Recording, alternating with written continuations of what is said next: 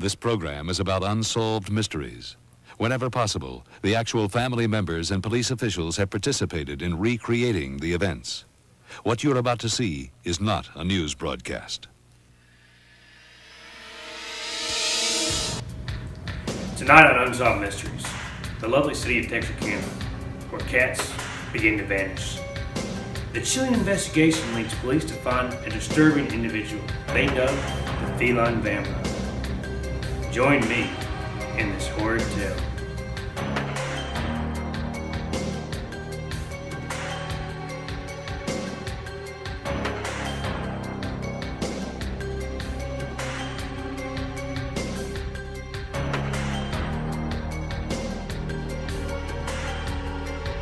The feline vampire, a rather sick individual who would kidnap, torture, and then drain the blood from house cats.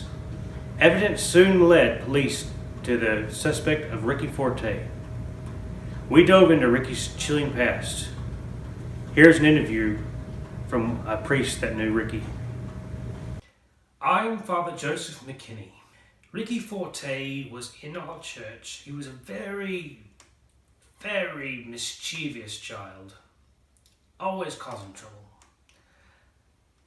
I did everything I could to help him. We decided to make him an altar boy, hoping that would push him in the right direction, to show him the Lord, to put him on the righteous path. Unfortunately, there was no helping that young man. He was devious, always up to no good.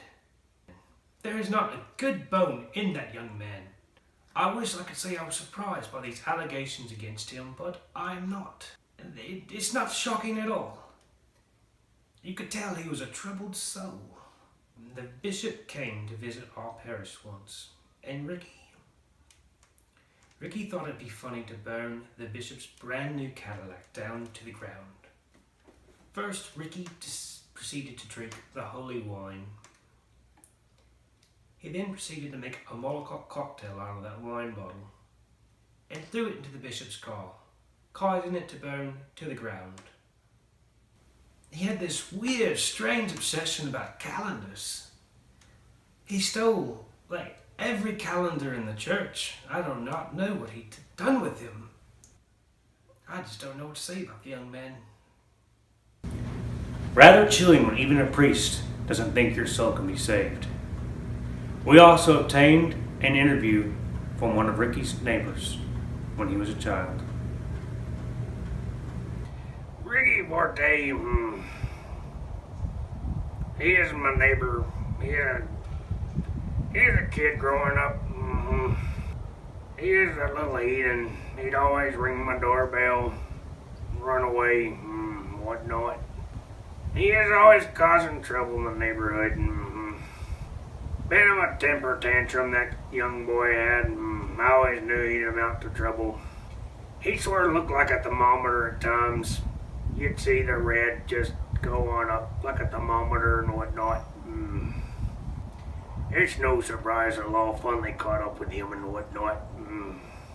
My cat came up missing one time. I questioned him about it. I knew he had done it. I had no proof though. But I knew deep down in my gut he is responsible, and he'd laugh. He is a bit of a psycho. I never cared for him. Some folks say he was an altar boy, but I think he was possessed by the Satan himself. As Ricky grew up, he would torture and kill hundreds of cats. Here's an interview of a family who was devastated by their loss of their family pet.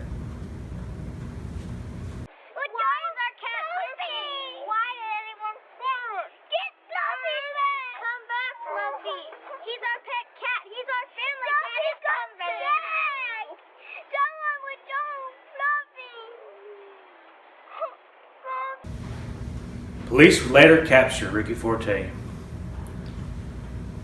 Here's the interrogation that took place.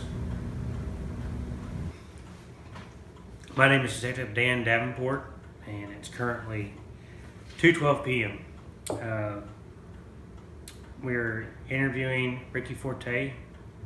He is the prime suspect in multiple feline killings.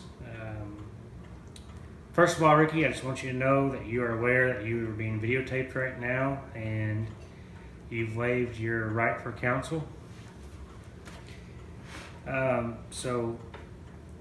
First question, Ricky. We found multiple cats in your place of residence. First place, we don't have any cats back there. Well, all the cats that we did find were buried. And I think it was around 362 carcasses that was found so far. So I didn't know that. Do you have any idea why the blood was drained out of all these cats? I don't know. I don't know. Well, we have an eyewitness that claims they saw you kidnap their cat. They described the cat, and that cat was found in your basement and was mutilated. So, what do you have to say about that? I don't know. Why did you do it, Ricky? I don't know why. Can you walk me through the first time? Like, how long ago was it? The first time that you killed a cat. How long ago was this? I mean, eons ago. Did you do this alone? Did you act alone, or was there anyone with you? Corey Nolan was around when that happened. Kai was around when that happened. This Corey and Kyle, have you spoke to them after the first time you killed this cat? Have you spoke to them since? They acted like they didn't want to talk to me. Well, I can't say I blame them. When you got this cat, what was the first thing you did to this cat? Just beat the crap out of him. I see. And after that? Like I said, it didn't move for 3 or 4 hours. Right. So you've taken this cat and you've beat it and it hasn't moved in a couple hours. Can you explain to me what kind of condition the cat was in? But he was all scratched up, all swollen up. So after seeing the cat was in pretty bad condition, and what did you decide to do with the cat after that? We got to drain that cat when we give him. That cat is gone. Yeah. We take all of it out. How big was the knife that you used? Can you describe to me the feelings you experienced doing this to this cat? And it was just crazy. It was like something out of the Twilight Zone. Okay, that's pretty chilling. What made you decide to do this more than once? You obviously did it hundreds of times. Why? Once you start watching, you can't stop. That sounds very sickening. I don't know. To me, it's a win-win situation. Ricky,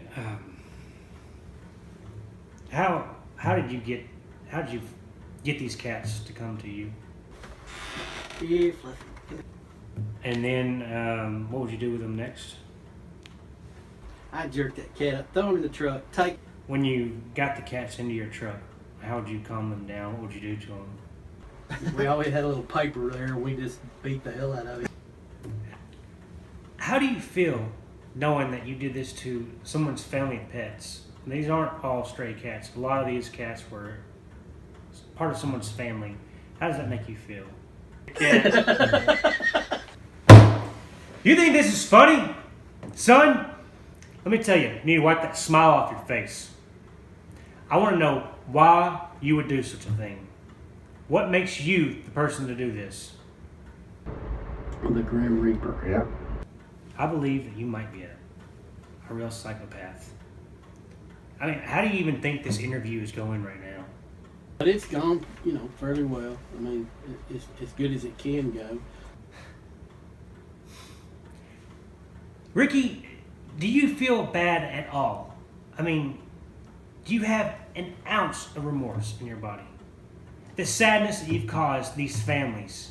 That did not come into play. Do you think you should be arrested for your actions?